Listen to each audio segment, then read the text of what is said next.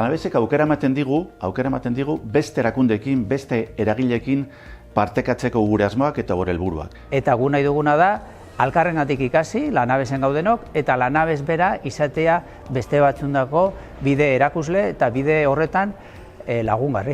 Hizkuntzen kudeaketak denetari behar du euskarren erabilera erronka dugunean. Erakunde publikoek estrategia bateratuak jorratu izan ditugu eta hori oinarrizkoa izan da Jaurlaritzarako eremu sozioekonomikoaren plana egiterako orduan. Bertan koordinatzen ditugu bakoitzak egiten dituen esfortzuak eta harreman hori jorratzea oso garrantzitsua da.